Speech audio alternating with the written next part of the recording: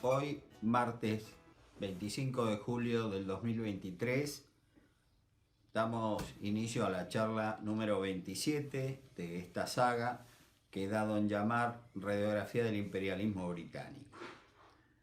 Como ustedes recordarán, la última charla expresamos que en el Cabildo Abierto del 22 de mayo de 1810, del día martes 22 de mayo, al contarse los votos en altas horas de la noche, hubo 156 votos por el cese del virrey, 69 para que permaneciera, y eso daba un total de 225 votos, porque de los 251 asistentes originales, los que fueron a las 9 de la mañana al Cabildo, bueno, hubo 26 realistas que malhumorados se fueron a su casa cuando vieron que perdían. Al otro día, si bien los revolucionarios estaban sumamente contentos, habían ganado, había caído el virrey, no se percataron de un hecho, que la mayoría de los votos le daba un poder al síndico procurador general del Cabildo, que era un brillante abogado, Julián de Leiva. Y este hombre, que quería de alguna manera retenerlo a Cisneros en el gobierno, leyendo voto por voto, encontró uno, que yo ahora voy a proceder a leerlo, que era la solución al problema. Era el voto del sacerdote Bernabé de la Colina, que dijo así: que por un principio de equidad y atendiendo a la unidad y precisas relaciones con esta capital, con los demás pueblos interiores, y a los disturbios que se originan de la mudanza de gobierno, debe permanecer el actual, con la condición que para satisfacción completa de este vecindario se asocien al excelentísimo señor virrey 4 individuos, uno de estado eclesiástico, otro del militar, otro profesor de derecho y el último del comercio, elegidos por el excelentísimo cabildo hasta que se reúnan los votos de las provincias, y en caso de pluralidad de votos para la deposición del señor virrey recaiga la elección de que lo releve en el excelentísimo cabildo. Jugada magistral. Sigue el virrey Cisneros, pese que votaron que se tenía que ir, asociado con 4 personas: un sacerdote, un militar, un abogado y un comerciante. Se armaba una junta que presidía el virrey. Maravilloso. Yo digo que las jornadas de mayo de 1810 fue un juego de fuste de abogados, porque sinceramente eso fue lo que aconteció. Entonces, este hombre, con gran inteligencia, Leiva, logra armar lo que se denomina la Junta Virreinal, ¿no? Que ahora les voy a decir bien quién la formaba. A nosotros lo que nos interesa es del bando revolucionario, quién fueron incorporados. Y no fueron incorporados poca cosa. Cornelio de Saavedra, por los militares, un militar Saavedra, y Juan José Castelli como abogado. Pero ahora vamos a ver cómo otra persona, si Leiva era inteligente, los revolucionarios también tenían gente que pensaba, y había uno que fue muy inteligente. Y le voy a leer cómo ocurrieron los hechos. Estaban reunidos en lo de Nicolás Rodríguez Peña varios revolucionarios enterados de la jugada de Leiva, y ahí se enteraron que el rector de la parroquia Nuestra Señora de Montserrat, el doctor Juan José Nepomuceno Solá, sacerdote, iba a integrar esa junta. El comerciante José Santos de Inchaurregui, también, que eran realistas, más Saavedra y Castelli. Entonces, ahora yo le voy a leer lo que relató Vicente Fidel López de acuerdo a conversaciones, a charlas que tuvo su papá ¿no? No fue otra persona que Vicente López y Planes. Estaban reunidos ahí y de pronto entra Juan José Castelli. Y Nicolás Rodríguez Peña le dijo: ¿qué piensas hacer tú si te llaman a la Junta Virreinal? Y Castelli, que no entendía mucho lo que estaba pasando, aunque estos revolucionarios ya tenían la información, yo resistirme. Muy bien, dijeron todos, como diciendo, no, ni loco agarro, yo no voy a entrar en esa jugada. Pero Gregorio Tagle, que estaba sentado y caviloso, como anda siempre, recordaba Vicente López y Planes, en un rincón se paró y dijo: miren ustedes, Castelli debe aceptar. Fíjense en ustedes que si don Cornelio Saavedra ha hecho lo que se sospecha, subirse a la Junta Virreinal, formar parte, habrá sido por debilidad o por inadvertencia, y no se lo debe dejar solo. Nuestra única garantía, pues, es que lo acompañe Juan José Castelli, mientras nos desenvolvemos y obra el pueblo. Como diciendo, Castelli tiene que agarrar para apoyar a Saavedra, que quizás inocentemente aceptó, pero con Castelli nosotros vamos a llevar el barco a buen puerto. Entonces, fue así que se van moviendo una serie de factores, que yo por supuesto en la obra los detallo, copio registros de la época, los transcribo, o sea, no es una idea de lo que a mí me parece, sino lo que aconteció. Y va a lograr que, si bien esa junta llega a jurar, no tenga efecto. La junta asume, esta primera junta de gobierno, digamos así, con el virrey Cisneros como presidente, el 24 de mayo, pero la cosa no funciona. Los militares, como yo les dije, que tuvieron un papel relevante, absoluto en la Revolución de Mayo, los jefes están reunidos de aquí para allá y todos, hay una efervescencia popular muy importante, y en los cuarteles ni les cuento. La gente se sentía traicionada. Nosotros en el Cabildo votamos una cosa, y ahora entre gallos y medianoche parece ser que Cisneros se queda asociado, pero se queda, no lo queremos a Cisneros. La cosa fue cada vez peor. Entonces, ¿qué van a hacer Castelli y Saavedra? Van a renunciar. Al caerse Castelli y Saavedra de la Junta, Nepomuceno Solá y el comerciante Santos Inchaurregui hacen lo propio, Cisneros se queda solo. Lo van a ver al virrey y le dicen, señor, esto se acabó. Se acabó, la jugada no funcionó. Era el jueves 24 de mayo. Cisneros le dice a los militares que lo fueron a presionar, entre ellos el que luego va a ser general Martín Rodríguez: esperemos a mañana. Y Castelli le dijo: es inútil e imposible, no hay tiempo, la borrasca está encima, revienta por momentos y nosotros no podemos separarnos de la línea en que nos colocan nuestros compromisos y lo que debemos a la tierra en que hemos nacido. Entonces Saavedra le dice: ya está, y amenaza con irse de la reunión con Cisneros en el fuerte, hoy Casa Rosada.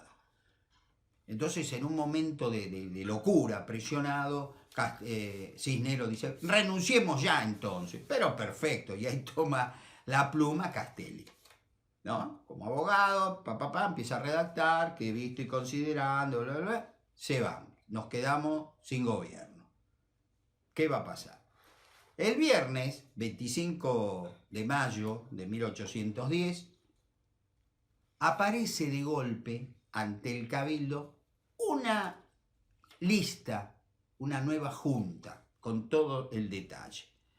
¿Qué dice? Como presidente lo queremos al teniente coronel Cornelio Saavedra, comandante de Patricio. Como vocales, Manuel Alberti, Miguel Díaz Cuénaga, Manuel Belgrano, Juan José Castelli, Juan Larrea, Domingo Mateu. Y como secretarios, los doctores Mariano Moreno y Juan José Paso. los historiadores se han devanado los sesos, tratando de ver cómo se armó esa junta. Bueno, es un hermoso misterio. Hay media biblioteca que dice una cosa, media biblioteca que dice otra. Para los fines que yo me he propuesto en esta saga, digamos que quiero creer que fue algo medio espontáneo, que se manejó entre los sectores revolucionarios, porque si nosotros nos atenemos a lo que quisieron hacer Leiva con la maniobra de la primera junta virreinal, esta junta también representa a los militares, Cornelio Saavedra, Miguel de Ascuénaga, a los abogados, Manuel Belgrano, Juan José Castelli, más 2 secretarios, Mariano Moreno y Juan José Paso, mayoría absoluta de los abogados, perdón, y solo un sacerdote, Manuel Alberti, ¿no es cierto? No se duplica la cosa, ahí la representación. Se le lleva esto al Cabildo, el Cabildo trata de maniobrar, porque eran todos hombres rebeldes, realistas, discúlpenme, realistas, pero la presión es tan grande, que se le dice, mire, acepten esto porque el pueblo, esto explota. Entonces, uno de los miembros del Cabildo dice, bueno, tanto que el pueblo va a explotar, dice, ¿dónde está el pueblo? Salen al balcón del Cabildo y había poca gente. Entonces se le responde, si usted quiere saber dónde está el pueblo, toquemos Generala, o sea, clarines en los cuarteles, y esto se llena enseguida. Y después que Dios nos ayude, porque la gente y las tropas están muy mal, están enojadas con la permanencia de Cisneros, con la renuencia de ustedes, acá puede pasar cualquier cosa. Entonces dice, toquemos Generala, porque ya que nos falta la campana del Cabildo, con la Generala la gente va a llegar. ¿Por qué faltaba la campana que funcionara? La campana estaba, lo que no estaba el badajo, lo que toca la campana, porque eso había sido desmontado en 1809. Yo no lo conté en su momento por una cuestión de síntesis histórica, lo cuento ahora. Hubo un intento de revocar el 1 de enero de 1809 a Santiago de Liniers, que fue respaldado por todas las tropas criollas, ¿no? Y va a permanecer en el cargo, pese a una maniobra jurídica que como abogado creó, pensó y ejecutaron otros, Martín de Alza, que fue el ejecutor. Quien pensó esa maniobra fue Mariano Moreno. Cuando termina la llamada sonada del 1 de enero de 1809, todos los que habían querido voltear, derrocar a Santiago de Liniers, fueron detenidos y enviados a Carmen de Patagones. ¿Y Mariano Moreno? No, porque él dijo, yo solamente di un apoyo jurídico, yo no tengo nada que ver con mis clientes. Y así se quedó en Buenos Aires, no le pasó nada. Pero desde ese momento, Moreno le tomó mucha, pero mucha bronca a Cornelio de Saavedra, que fue el verdadero héroe de la jornada, el hombre que respalda a Santiago de Liniers.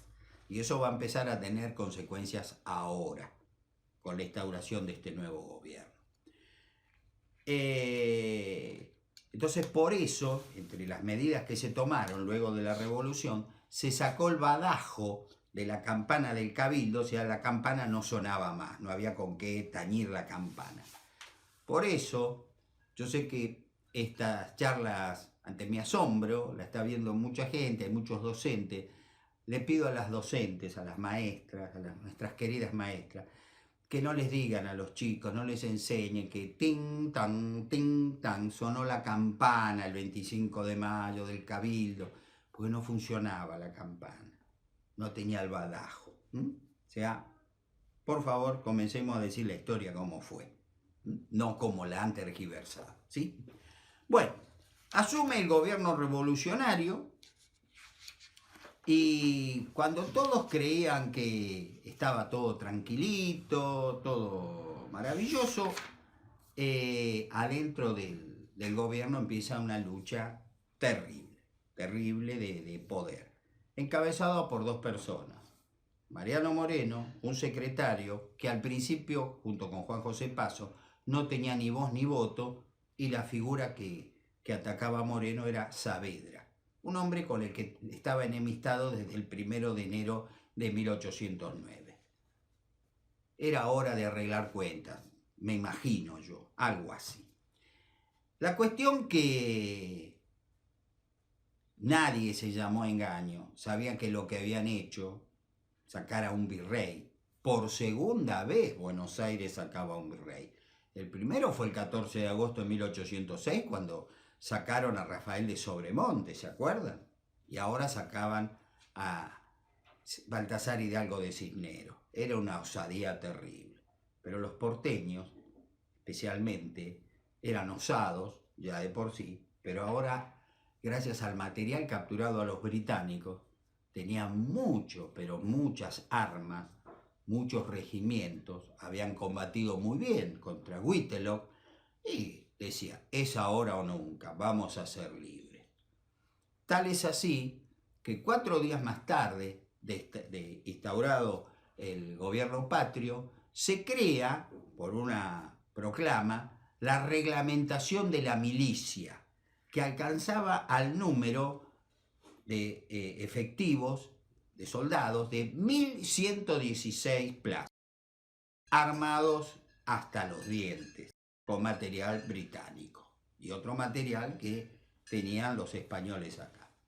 Ese día, el 29 de mayo, ha sido instaurado como el día del ejército argentino, del glorioso ejército argentino, que va a tener un papel decisivo en la lucha por nuestra libertad, por nuestra independencia, al principio siguiendo la cronología de los hechos, ¿no? Si no hubiéramos tenido al ejército, acá la revolución no pasaba de ser una charla de café, para que ustedes me entiendan. Pero mientras tanto, y ahí empiezan las curiosidades, ustedes recordarán que había una flota británica muy bien armada, con muchos cañones, que supuestamente estaba en las balizas exteriores de Buenos Aires, porque no teníamos puerto, ¿no? Anclaban a unas cuantas cuadras de unas cuantas millas de la costa de Buenos Aires. Esas fragatas de la Real Armada Británica supuestamente habían venido a llevarse a los comerciantes británicos que vulneraron las leyes de comercio que les había puesto Cisneros. Creo que se acuerdan del tema. Y que los tenía que haber expulsado el 19 de mayo. En medio de la vorágine de la revolución no los pudo expulsar porque ya nadie se acordó del tema. Pero fíjense que el capitán Charles Montagu Fabián, tal su nombre, se presenta, ¿no?, ante el nuevo gobierno, que fue saludado con salvas de artillería por las naves británicas. ¡Qué alegría! Lo han sacado a Cisneros, ¿no? Un pequeño detalle. Y este hombre dice que tiene el agrado, como comandante de esta escuadra, de saludar al nuevo gobierno con los deseos de mayor éxito, con la mayor de las alegrías, y de ahí las salvas de artillería. El gobierno sabe que va a haber guerra con los españoles. Ellos dominan Buenos Aires y se ha ordenado enviar una expedición militar al interior para lograr el respaldo de todo el interior del virreinato. Pero, fíjense, la poca experiencia, el saber nada, el objetivo era marchar al Alto Perú para retener ¿qué cosa? Potosí. ¿Y por qué era importante Potosí? Por la mina de plata de Potosí, la mina de plata más grande del mundo. O sea, enseguida dijeron, Potosí tiene que seguir bajo nuestro poder, por la duda de que caiga en poder de los realistas. Se va a mandar esa expedición, que ahora les voy a explicar qué es lo que va a acontecer. Mientras tanto, se obliga a todos los miembros del cabildo, diversos funcionarios, a jurar obediencia al nuevo gobierno. Muchos juraron sin ningún problema, y hubo algunos que se hicieron un poco los graciosos, ¿no? Con la jura. Hubo uno de ellos, que después me voy a referir precisamente, que lo hizo con un mondadientes en la boca, con un escarbadiente. Sí, juro, sin comentario. Por la circular del 27 de mayo de 1810 se invita al interior a enviar sus diputados al gobierno central, a la Junta de Gobierno, para que al llegar a Buenos Aires se vayan incorporando al gobierno, a la Junta. Esto nos va a traer alguno que otro problema, o un gran problema. Mientras tanto, sabiendo que necesitábamos sí o sí el reconocimiento y entre comillas, la ayuda británica, el gobierno revolucionario va a enviar a un agente diplomático, con ese nombre, entre comillas lo digo, porque no era tal, era una revolución que nadie nos había reconocido, a Londres, a Gran Bretaña. Esto ocurre el 29 de mayo, o sea, fíjense, 4 días después de la revolución. Y este señor, que vamos a enviar a hablar con el primer ministro William Pitt, no es otro que Matías de Irigoyen, ¿no es cierto? O sea, enseguida fuimos allá a pedirle que ayuda, porque saben que España va a luchar. Pero les recuerdo que España y Gran Bretaña en ese momento eran países aliados luchando contra Napoleón. O sea que era un verdadero lío de dimes y diretes, ¿no? Pero la desesperación primó por sobre la cordura. Y ahí fue este señor a Londres. Mientras tanto, Lord Stamford, el hábil embajador británico primero en Lisboa y luego en Río de Janeiro, prevé que va a haber una revolución. Este hombre, por su servicio de inteligencia, que fue el que creó, recuerden, en Buenos Aires, el coronel James Florence Burke, sabe que acá va a haber un cambio urgente de gobierno. Tal es así que Cisneros dura 9 meses. Fíjense, cae Cisneros. Nuestros hombres de gobierno creen, fíjense en su inocencia, Dios mío, qué inocente que eran, que Lord Stamford es un amigo nuestro. Increíblemente creyeron que este hombre nos podía ayudar sanamente. Y es más, le ofrecieron la ciudadanía argentina y regalarle campos, a lo cual Stamford, que no era ningún tonto, le dijo: mire, yo les agradezco, me quieran hacer ciudadano de ustedes, pero yo soy un súbdito británico, soy embajador de su majestad, no puedo, bueno, tampoco le puedo aceptar el campo. Fíjense en la inocencia, pero eso ocurrió. Y así, en muchas cosas no fue mal, porque nosotros creemos inocentemente que el mundo gira en torno a nuestros deseos, y eso no es así. Matías de Irigoyen, cuando hace escala en Río de Janeiro, es recibido por Lord Stamford y luego sigue su camino hacia Londres, pero Stamford le pide: mire, llévenme unas cartas, ya que va para allá, y le informa al ministro de Relaciones Exteriores de la inocencia que tiene nuestra revolución. Se van a avanzar en un montón de cuestiones. Ahí de a poco va a ir tomando vuelo ante la parsimonia de muchos de los miembros del gobierno, Mariano Moreno. Mariano Moreno, que no quiso formar parte del gobierno, es claro, lo había omitido. Él es nombrado y él no había dado ni siquiera su consentimiento. Pero una vez que lo encuentran a Moreno, que no sabían dónde estaba, y toma el poder y dice: yo soy secretario con paso, ¿qué equipo? porque los dos pensaban políticamente igual. Eran jacobinos los dos. Acuérdense, lo dije cuando me refería al Cabildo del 22 de mayo.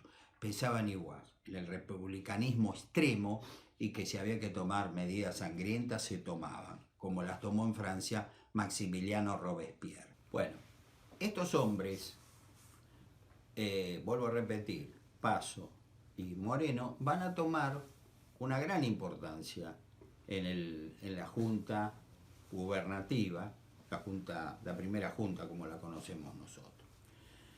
El 28 de mayo de 1810 se va a sancionar un reglamento para ver cómo se manejaba el gobierno.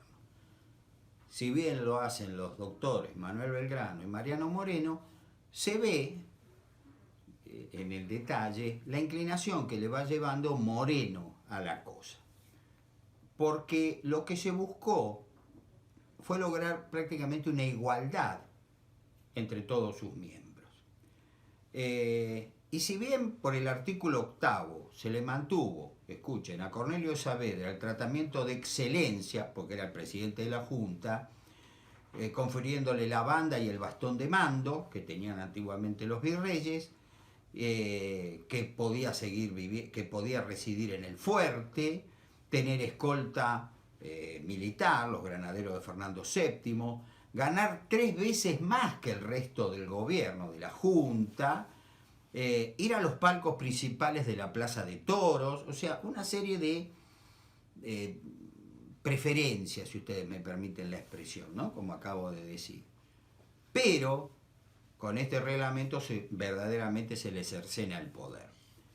Se estableció que Saavedra no podía aceptar ninguna resolución, ni siquiera de los asuntos más leves, sin que la misma fuera refrendada por uno de los secretarios, Moreno o Paso. Fíjense la importancia que van a empezar a tener estos dos hombres, estos dos abogados. Para los negocios generales, ni siquiera era necesaria su firma. Bastaba con la de 4 vocales. O sea, el presidente se lo ignoraba. Era como una figurita decorativa. Me estoy refiriendo al presidente de la primera junta, ¿no? Por la duda, claro. Para tratar los asuntos interesantes de alto gobierno, estoy leyendo, se requería la presencia de todos los miembros, pero nada se estipulaba de cuántos lo tenían que aprobar. Entonces de esto se extraen 2 conclusiones. Yo de toda esta lectura traje 2 conclusiones. Primero, los secretarios de la Junta de Gobierno, de esta Junta que ha nacido hace solo 3 días, que en principio no tenían ni voz ni voto por este reglamento, pasan a tener una importancia terrible. Si uno de ellos no refrendaba una resolución, la misma se caía. Segunda cosa, Cornelio Saavedra, con esta aprobación, dejó de ser la persona más importante de la Junta al tercer día de gobierno. Ya no era el primo inter pares, ¿no es cierto? Era un miembro más del gobierno. O sea, el presidente pasó a ser uno más. Perdió el poder. Vuelvo a repetir, estoy hablando del Cornelio de Saavedra, la primera junta. Como esta saga, todo lo que yo les he estado contando y lo que he escrito y sigo escribiendo, es para demostrar los derechos de nuestro país, los derechos soberanos de nuestro país sobre las Islas Malvinas, Sandwich y Georgias del Sur. Fíjense qué importante es lo que les voy a leer ahora. El miércoles 30 de mayo, 5 días después de la Revolución, se presenta ante el gobierno el primer piloto de la Real Armada, don Gerardo Bordas, que desde 1809 se había desempeñado como gobernador de las Malvinas. Epa, ¿y qué vino a hacer este hombre? Y vino a pedir que le pagaran los sueldos atrasados, porque le debían los sueldos, no le habían girado allá a las Malvinas, a Puerto Soledad, el sueldo. Entonces nuestro gobierno, como corresponde, el gobierno revolucionario, le pagó al gobernador de Malvinas por su servicio en nuestras Islas Malvinas. Pequeño gran detalle, apenita, no tenía 5 días nada más nuestro gobierno y ya paga al gobernador de las Islas Malvinas. Eso es muy importante para defender nuestros derechos. Va a empezar desde ese momento una sangría económica a favor de los británicos. Como no los expulsaron el 19 de mayo, recuerden, como la escuadra que vino a llevárselos a Río de Janeiro se quedó lo más contenta, empavesó todas con luces, todas las naves, fuego de artillería, festejando que estaba el nuevo gobierno revolucionario. Los comerciantes se quedaron y volvieron a hacer las mismas trapisondas que les impidió Baltasar Hidalgo de Cisneros, que por eso los había expulsado. Empezaron directamente, como yo lo digo, una sangría despiadada. Y dijo atinadamente el diplomático británico Goodwin Parish sobre este momento: cuando el comercio del Río de la Plata se abrió, después de la Revolución, la Gran Bretaña obtuvo su monopolio desde el principio. ¿Fuimos inocentes? Sí. Y entre ellos, el más grande de los inocentes fue el doctor Mariano Moreno, que creía que eso era la solución a nuestros problemas económicos, financieros, cuando lamentablemente fue todo lo contrario. Yo acá en la obra detallo la moda femenina al inicio de la Revolución y cómo 10 años más tarde las mujeres, que se vestían muy, muy bien, tenían hasta zapatos con tacos, ¿no? Un taco alto, que hoy todavía se usa, eran de plata pura. Fíjense el detalle. En 1820 eran de madera. Las joyas, las alhajas, las ropas eran de una distinción que llamaba la atención a los viajeros. Cuando llegaban, iban a una tertulia, estaban todos enamorados de las porteñas, mujeres muy bonitas, muy bien vestidas, agraciadas, con lujo, vivían con lujo. 10 años después, en plena guerra de la independencia, eran pobres cenicientas. Creo que así me van a entender. La colaboración prestada por naves británicas, por oficiales de la Marina Británica, para sacarnos de encima al ex virrey. Aconteció que se detecta una conjura española, una conjura realista, para voltear al gobierno revolucionario. Y entonces el gobierno revolucionario, ¿qué hace? Expulsa al virrey Cisneros. Y como lo expulsa a él y a un grupo de funcionarios realistas leales al rey, lo suben en un barco británico y no pararon hasta las Islas Canarias.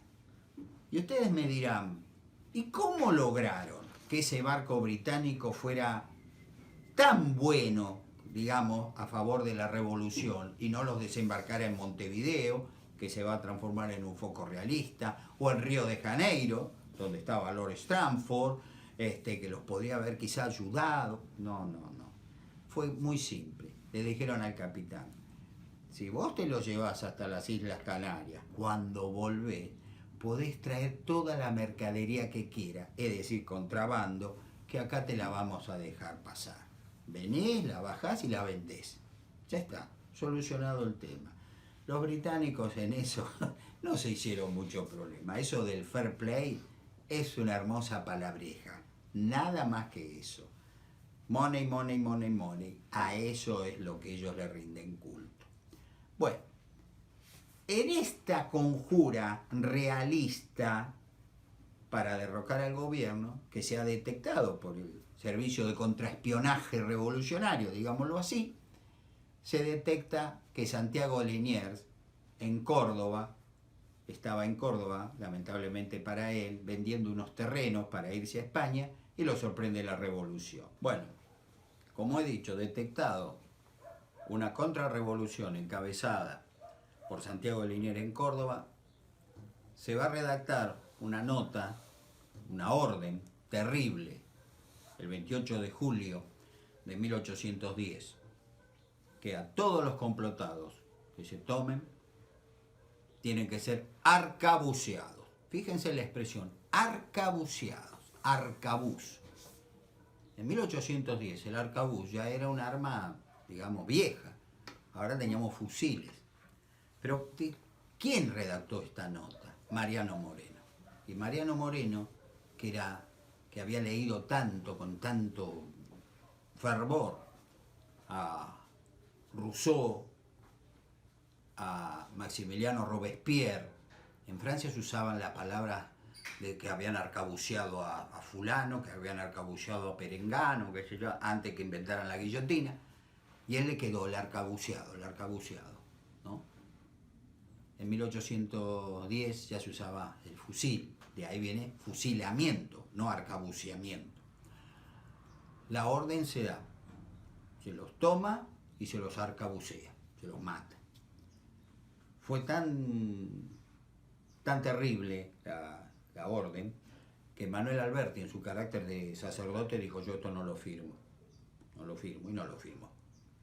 Y el futuro general Manuel Belgrano, doctor Manuel Belgrano, de los nervios de lo que estaban firmando, firmó Manuel Belgraón, se equivocó al firmar.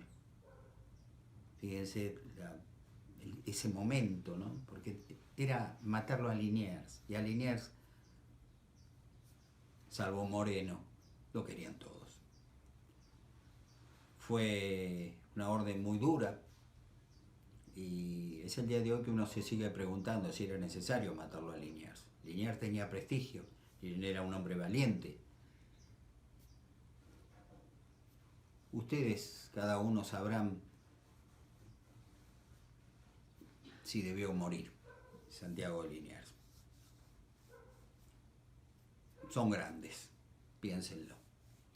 Mientras tanto, Liniers ha sido capturado.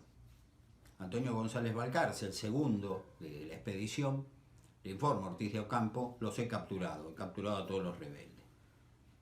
Y se los envío a la ciudad de Córdoba, y de ahí que se vayan para Buenos Aires. Pero ahí recibe la orden Ortiz de Ocampo, lo tiene que arcabucear. Y Ortiz de Ocampo no quiere arcabucearlo y no da cumplimiento a la orden. El comandante militar de la expedición enviada al interior no acata la orden de arcabucear a Liniers y sus compañeros de la contrarrevolución. Y trata de justificarse ante el gobierno diciendo que sería un baldón, sería ponerse a la población en contra, Liniers era una persona querida, demostremos bondad, bla, bla, bla, bla. ¿Qué hace Mariano Moreno? Lo toma como una afrenta personal. Lo primero que hace, Ortiz de Ocampo no es más el comandante, pasa Antonio González Balcarce a comandar la expedición. Y le dice a Feliciano Chiclana, en una carta por la desobediencia de Francisco Ortiz de Ocampo. Voy a leer textual a Mariano Moreno. Pillaron nuestros hombres a los malvados, a Liniers y su gente, pero respetaron sus galones, y cagándose en las estrechísimas órdenes de la Junta, nos los remiten presos a esta ciudad. Veo vacilante nuestra fortuna por este hecho. Se redacta otra orden, ¿no es cierto? Hay que arcabucearlos. Y así fue, con la única excepción que el obispo de Córdoba, don Rodrigo de Orellana, se va a proceder a darle muerte por una orden del 18 de agosto de 1810 a todos los contrarrevolucionarios, con Santiago Liniers a la cabeza. La sentencia se ejecutó el 26 de agosto de 1810. Algunos murieron fusilados, no arcabuceados, instantáneamente. No así Santiago Liniers, porque todos los hombres que tuvieron que dispararle a él, todos pensaron, yo le tiro a herir, yo no lo quiero matar. Entonces el pobre Liniers cayó retorciéndose, pero no cayó muerto.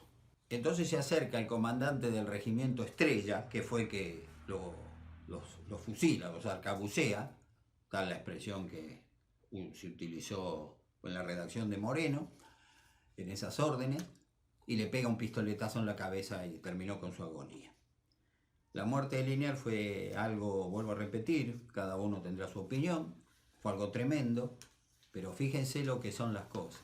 Al enterarse en Chile de la ejecución de Liniers y los demás complotados, va a estallar una revolución al poco tiempo que va a derrocar al capitán general de Chile.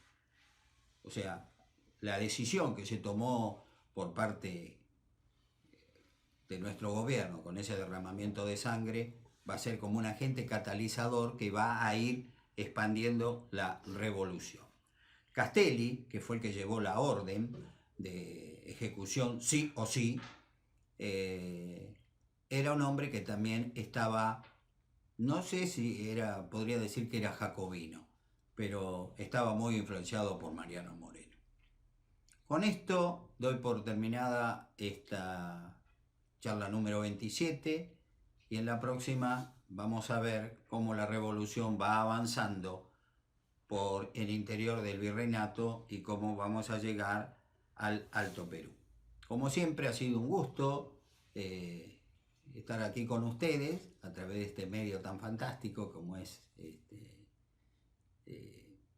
las grabaciones al éter, como se dice, y espero su comentario. Sinceramente, creo que esto cada vez les va a gustar más porque ya es la historia que conocemos. Muchísimas gracias por su atención. Buenas tardes.